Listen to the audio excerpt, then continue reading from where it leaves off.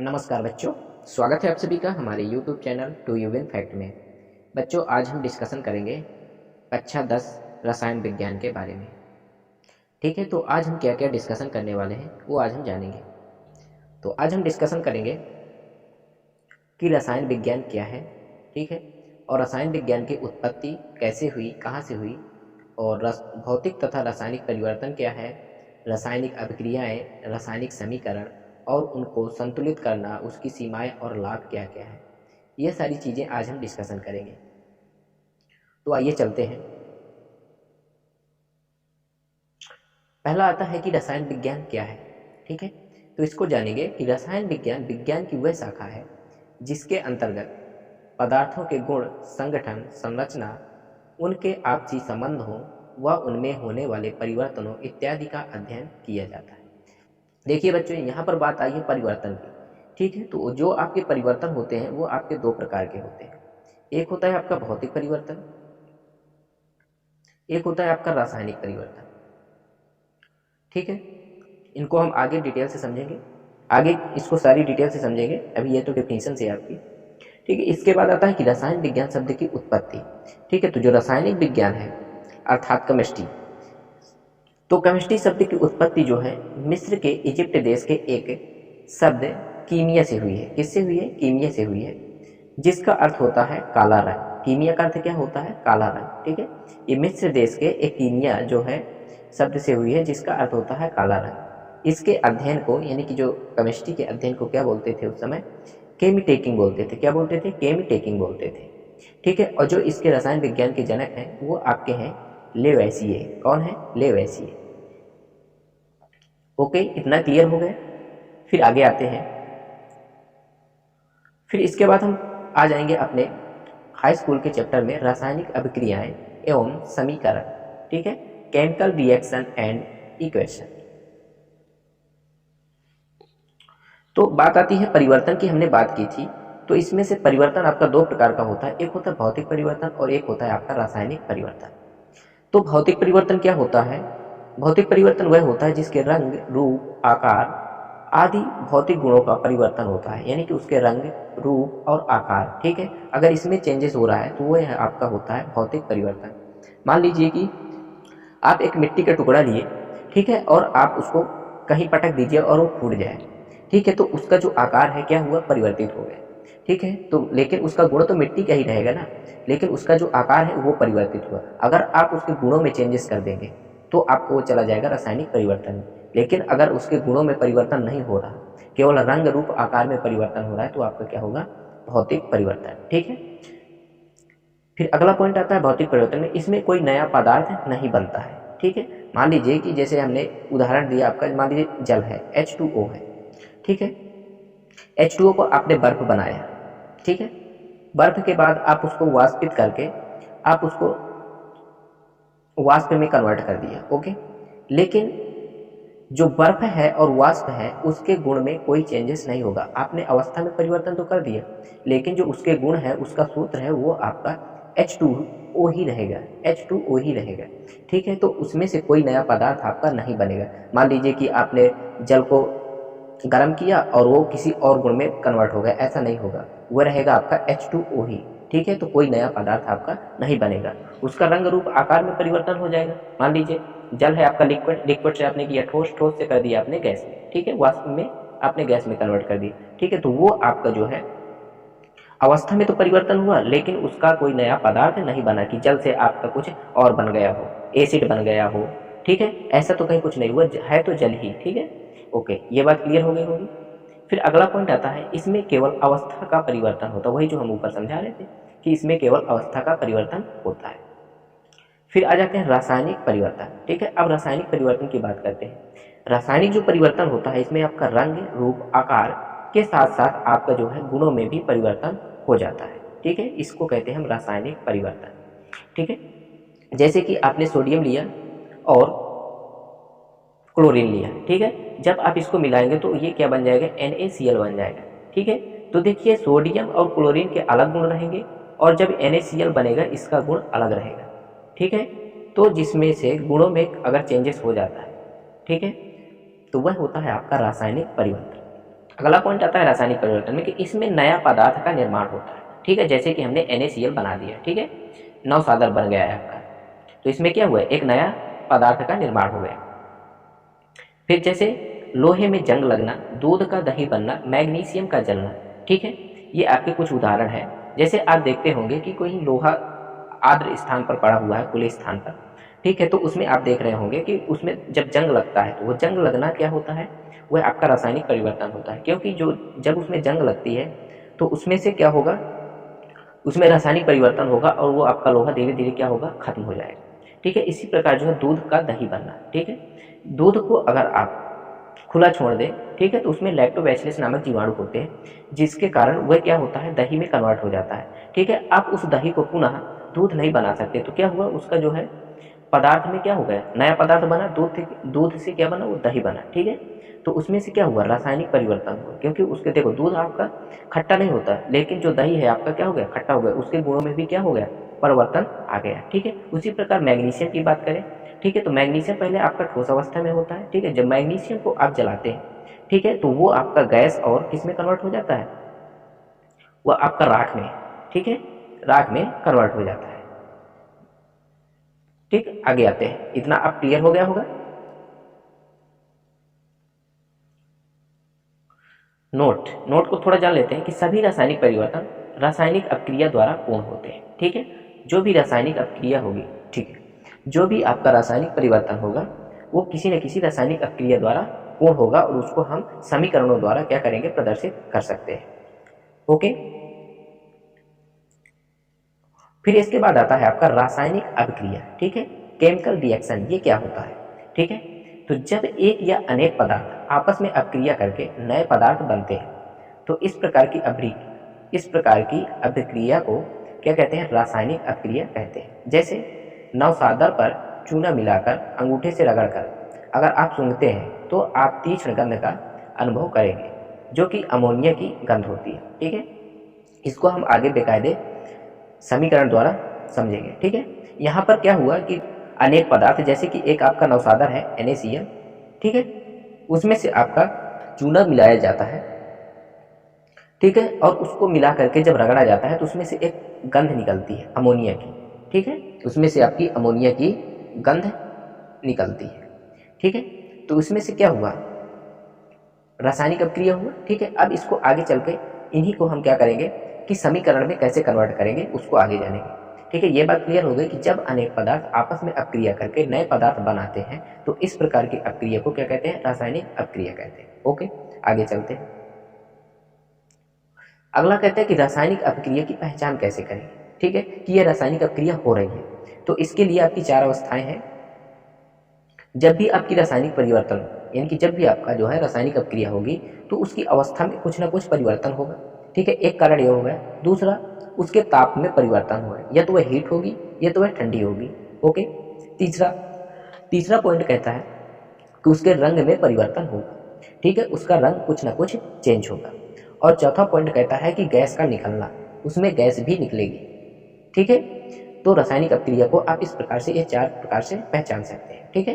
अवस्था में परिवर्तन होगा, ताप में परिवर्तन, रंग में परिवर्तन, गैस का निकलना, ठीक। ये बात क्लियर होगी। आगे आते हैं, फिर अगला आता है रासायनिक समीकरण, केमिकल इक्वेशन, ठीक है। तो किसी रासायनिक अभिक्रिया में भाग लेने वाले अभिकारकों तथा अभिक्रिया के फलस्वरूप प्राप्त होने वाले उत्पादों को प्रतीकों तथा सूत्रों द्वारा निरूपित करने की रासायनिक समीकरण कहते हैं, ठीक है। जो आपके रासायनिक अपक्रिया में, ठीक है, जैसे कि हम पीछे नवसादर और चूने के साथ रगड़ा है तो उसमें से अमोनिया की गंध निकली है, ठीक है।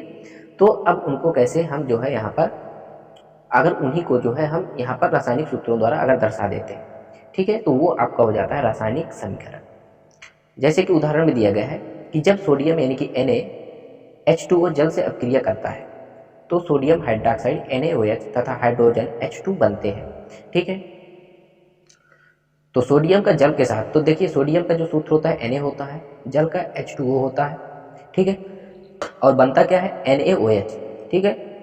सोडियम हाइड्रोक्साइड का सूत्र होता है NaOH और हाइड्रोजन H2 बनता है, ठीक है। तो इसको हम इस प्रकार से समीकरण में दर्शाएंगे कि 2Na plus H2O reaction 2NaOH plus H2, ठीक है। इस प्रकार से दर्शाना ये आपका कहलाता है रासायनिक समीकरण, ठीक है, आगे आते हैं। अच्छा, एक बात और बात कर लेते हैं कि जो अभिकारक होते हैं, तो अभिकारक वह होते हैं जिनसे मिल करके अभिक्रिया होती है, ठीक है, वह आपके होते हैं अभिकारक। जो जो पदार्थ हम मिलाते हैं अभिक्रिया के दौरान वह होते हैं आपके अभिकारक, ठीक है। उस अभिक्रिया के बाद जो भी मिलता है हमें वह कहलाते हैं आपके उत्पाद। क्या कहलाते हैं आपके उत्पाद। ये भी क्लियर हो गया कि अभिकारक क्या है और उत्पाद क्या है। नेक्स्ट आते हैं, नेक्स्ट है आपका रासायनिक समीकरण लिखने की विधि है, ठीक है। अब बात करते हैं कि जो रासायनिक समीकरण है इनको कैसे लिखेंगे, ठीक है। तो पहला पॉइंट कहता है अभिक्रिया के अभिकारकों तथा उत्पादों के नाम तथा रासायनिक सूत्र ज्ञात होने चाहिए, ठीक है। अगर आपको रासायनिक सूत्र उनके नाम पता नहीं है उत्पादों के तो आप कैसे लिख पाएंगे, ठीक है। तो उनके सूत्र भी आपको याद होने चाहिए, ठीक। इसके बाद दूसरा पॉइंट कहता है कि समीकरण में पदार्थ सदैव अणु के रूप में लिखे जाते हैं, ठीक है। उदाहरण के लिए जैसे हाइड्रोजन, नाइट्रोजन, ऑक्सीजन, क्लोरीन आदि को क्रमशः हम किस में H2, N2, O2 तथा Cl2, ठीक है, लिखते हैं, क्योंकि ये सभी गैसें द्विपरमाणु हैं। एक परमाणु तत्वों को उनके प्रतीकों द्वारा लिखा जाता है, जैसे सोडियम, मैग्नीशियम, कॉपर, ठीक है। जैसे कि सोडियम के केवल Na, Mg और Cu लिख देते हैं, ठीक है। लेकिन जो द्विपरमाणु हैं जैसे H2, N2, ठीक है, इसमें से आपके लग जाते हैं, ठीक। अगला पॉइंट कहता है कि रासायनिक अपक्रिया में भाग लेने वाले अभिकारकों को प्रतीकों अथवा सूत्रों द्वारा बाईं ओर लिखा जाता है तथा विभिन्न अभिकारकों के बीच धन का चिन्ह लगा दिया जाता है, जैसे मैग्नीशियम धातु और ऑक्सीजन धातु, ठीक है, ऑक्सीजन में जलती है, इसके लिए बायां पक्ष आपका क्या होगा MgO2, क्या होगा MgO2, और Mg और O2 के बीच में क्या लगा आपका प्लस लगा, ठीक है। फिर अगला चौथा पॉइंट कहता है कि रासायनिक अभिक्रिया के पश्चात प्राप्त उत्पादों को प्रतीकों अथवा सूत्रों द्वारा दाहिनी ओर लिखा जाता है, ठीक है। उसको ये जो एरो होता है उसके कहाँ पर, इस दाहिनी ओर लिखा जाता है। जैसे कि उपरोक्त अपक्रिया में उत्पाद मैग्नीशियम ऑक्साइड यानी कि MgO आपका प्राप्त हुआ, ठीक है, इसलिए इसे दाहिनी ओर MgO लिखा जाता है। तो ये लिखा है आपका दाहिनी ओर MgO, ठीक है। फिर अभिकारकों और उत्पादों के मध्य क्या लगाते हैं, बराबर अथवा एरो का, ठीक है, ये एरो का चिन्ह आप लगाएंगे, ठीक है। अब इतना तो बन गया कि आपका Mg+O2 रिएक्शन MgO, ठीक है। लेकिन आप देखेंगे कि यह संतुलित नहीं है, ठीक है। तो देखिए अब आगे समझेंगे कि रासायनिक समीकरण को संतुलित कैसे करेंगे, ठीक है। तो इसको तो हम संतुलित कर लेंगे क्योंकि यहाँ पर 2 है तो यहाँ पर 2 करेंगे और यहाँ पर 2, ठीक है। अब तो ये संतुलित हो गए, लेकिन इसकी एक प्रॉपर विधि होती है कि इसको कैसे संतुलित करते हैं, ठीक है, उसको हम आगे जानेंगे। इसके बाद आता है रासायनिक समीकरण को संतुलित करना, ठीक है। तो रासायनिक समीकरण के बाईं ओर तथा दाईं ओर प्रत्येक तत्व के परमाणुओं की संख्या बराबर होनी चाहिए, ठीक है। जैसे कि हमने Mg+O2 रिएक्शन MgO में दिखाया था, ठीक है। तो इसमें से देख रहे हैं आप कि यहाँ पर 2 O है और यहाँ पर 1 O है, ठीक है। तो इसको संतुलित करने के लिए हम इधर भी क्या करेंगे, 2 करेंगे। अब देखो यहाँ पर 2 Mg हो गए, यहाँ 1 Mg है, तो यहाँ भी 2 का गुणा करा देंगे, तो 2 Mg इधर, 2 Mg इधर और 2 O इधर, 2 O इधर, ठीक है। अब ये जाकर के संतुलित हो, ठीक है, यही आपका संतुलित करना है, ठीक है। तो रासायनिक समीकरण को संतुलित करने की कुछ विधियाँ हैं, ठीक है, उनको जान लेते हैं। तो पहली विधि आपकी अनुमान विधि, आंशिक समीकरण विधि, संयोजकता विधि, आयनिक समीकरण विधि, ठीक है। यहाँ पर हम केवल क्या करेंगे, अनुमान विधि का अध्ययन करेंगे। तो आपकी जो अनुमान विधि है वह क्या होती है, अनुमान विधि कहती है कि पहले अभिकारकों को तीर के बाईं ओर तथा उत्पादों को दाईं ओर अपने सूत्रों के रूप में लिखा जाता है, ठीक है। फिर जो परमाणु सबसे कम संख्या में आया है, ठीक है, उसे पहले संतुलित किया जाता है, यानी कि जो परमाणु जो सबसे पहले कम संख्या में रहता है उसको सॉल्व करते हैं। उसके बाद क्रमशः अधिकतर तथा अंत में अधिकतम संख्या वाले परमाणुओं को संतुलित करते हैं, यानी कि पहले छोटा, ठीक है, फिर उससे बड़ा, फिर सबसे बड़ा, इस प्रकार से हम उसको सॉल्व करते हैं। जैसे कि उदाहरण में कॉपर पर सांद्र सल्फ्यूरिक अम्ल की अभिक्रिया से कॉपर सल्फेट, सल्फर डाइऑक्साइड तथा जल प्राप्त होते हैं, ठीक। तो copper plus H2SO4 reaction CuSO4 plus SO2 plus H2, ठीक है, ये आपका बना, ठीक है। तो समीकरण 1 को अनुमापन विधि से संतुलित करने के लिए क्या करेंगे हम, ए नंबर कहता है कि हम देखते हैं कि समीकरण 1 में कॉपर के परमाणुओं की संख्या सबसे कम है। ठीक है, तो देखिए कॉपर की यहाँ पर है 1। ठीक है, जिसमें कुछ भी न लगा हो वो उसकी होती है 1। ठीक है, यहाँ भी है 1। ठीक है, तो कॉपर तो हमारा संतुलित है। ठीक है, फिर बी नंबर कहता है बाएं पक्ष में सल्फर का 1 परमाणु है परंतु दाहिने पक्ष में 2 परमाणु। ठीक है, तो बाएं पक्ष में आपका सल्फर के कितने हैं? 1 परमाणु है, ये आपका S। ठीक है, 1 परमाणु है S का। ठीक है, और यहाँ पर एक S ये है और एक S यह है, तो दाएं पक्ष में आपके 2 हैं। तो इसको बराबर करने के लिए क्या करेंगे, इधर तो 2 ऑलरेडी है, इधर भी 2 होने चाहिए, तो इसमें हम क्या कराएंगे, 2 का गुणा करा देंगे। ठीक है, तो जैसे कि यहाँ पर आप देख रहे हैं बी नंबर में, ये यहाँ पर 2 का गुणा करा दिया गया। ठीक है, तो सल्फर कंप्लीट हो गया। फिर सी नंबर कहता है अब समीकरण 2, ये आपका कौन सा बन गया, समीकरण 2 के बाएं पक्ष में हाइड्रोजन के 4 परमाणु। ठीक है, 2 दूनी 4 परमाणु हो गए। ठीक है, यहाँ पर है केवल 2, तो ठीक है, अगर यहाँ पर 4 है, यहाँ पर 2 है, तो इसको भी संतुलित करेंगे, तो यहाँ पर अब 2 का गुणा करा देंगे। तो ये देखिए यहाँ पर 2 का गुणा करा दिए गए, तो अब इधर भी 4 हाइड्रोजन, इधर भी 4 हाइड्रोजन, हाइड्रोजन भी आपके संतुलित हो गए। अब डी नंबर में आते हैं। अब ऑक्सीजन परमाणुओं पर ध्यान देते हैं। ठीक है, अब हमने कॉपर भी, हाइड्रोजन और सल्फर ये हो गए। अब यहाँ पर देखेंगे आप, बाएं पक्ष में ऑक्सीजन के कितने हैं, 4 परमाणु। ठीक है, और यहाँ पर ऑक्सीजन के 4 ये हैं, 4 2 6, 6 2 8 इधर है, लेकिन यहाँ पर आप देख रहे होंगे ये 2 है। ठीक है, इस 2 का इस 4 से गुणा कराएंगे, तो 4 दूनी 8 वो इधर है, और 4 2 6 2 8 इधर हो गए। इसका मतलब कि आपके ऑक्सीजन जो क्या है वो संतुलित है। ठीक है, तो इस प्रकार से हम इसको संतुलित करते हैं। तो फाइनली आपका ये क्या बना, Cu plus 2H2SO4 reaction CuSO4 plus SO2 plus 2H2O, ये आपका संतुलित होने के बाद क्या बना, इतना बना। ठीक, फिर इसके बाद कुछ अन्य उदाहरण है, इनको देख लेते हैं। जैसे Mg plus O2 reaction MgO है। ठीक है, तो इसको संतुलित करने के लिए यहाँ पर ऑक्सीजन के 2 हैं, पहले तो कम वाले को देखते हैं, तो Mg 1 है और यहाँ पर Mg तो आपका संतुलित है, लेकिन यहाँ पर ऑक्सीजन के कितने हैं, 2, तो यहाँ पर है 1, तो यहाँ पर संतुलित करने के लिए क्या करेंगे, 2 का गुणा। अब यहाँ पर देख रहे होंगे कि Mg आपके कितने हो गए, 2, तो अब इस Mg को भी हम, इधर है Mg 1, इधर हो गया 2, तो इसको भी संतुलित करेंगे, तो इधर भी 2 का गुणा, तो 2Mg plus O2 reaction 2MgO। अब ये सही। इसी प्रकार सोडियम प्लस H2O का जब रिएक्शन होता है तो NaOH प्लस H2 बनता है। ठीक है, तो H2O। ठीक है, अब देखो इसमें सबसे कम छोटा क्या है, सोडियम, यहाँ पर भी 1 है और यहाँ पर भी 1 है। ठीक है, ये तो संतुलित है। फिर इसके बाद ऑक्सीजन, यहाँ पर भी 1 है, यहाँ पर भी 1 है। ठीक है, ऑक्सीजन भी संतुलित है। हाइड्रोजन H2 2 यहाँ पर भी है, 1 और 2 इधर, यहाँ पर 3 है, तो इसको संतुलित करने के लिए क्या करेंगे, अगर यहाँ पर हम 2 का गुणा करा दें तो इधर कितने हो जाएंगे, 4, इधर भी 2 का करा दें तो 2 ये 2 4, हाइड्रोजन संतुलित हो गए, लेकिन ऑक्सीजन भी 2 इधर 2 इधर, ऑक्सीजन भी संतुलित हो गए। ठीक है, लेकिन आपके जो सोडियम है वो 2 हो गए, तो इधर भी सोडियम में 2 करा देंगे, तो ये आपका बनेगा 2Na plus 2H2O reaction 2NaOH plus H2। ठीक है, अब ये फाइनली आपका संतुलित हो गया। ठीक, आगे आते हैं। इसके बाद आता है रासायनिक समीकरण के लाभ। तो पहला आता है अभिक्रिया में भाग लेने वाले पदार्थों और उनसे बनने वाले पदार्थों के बारे में क्या चलता है, पता चलता है।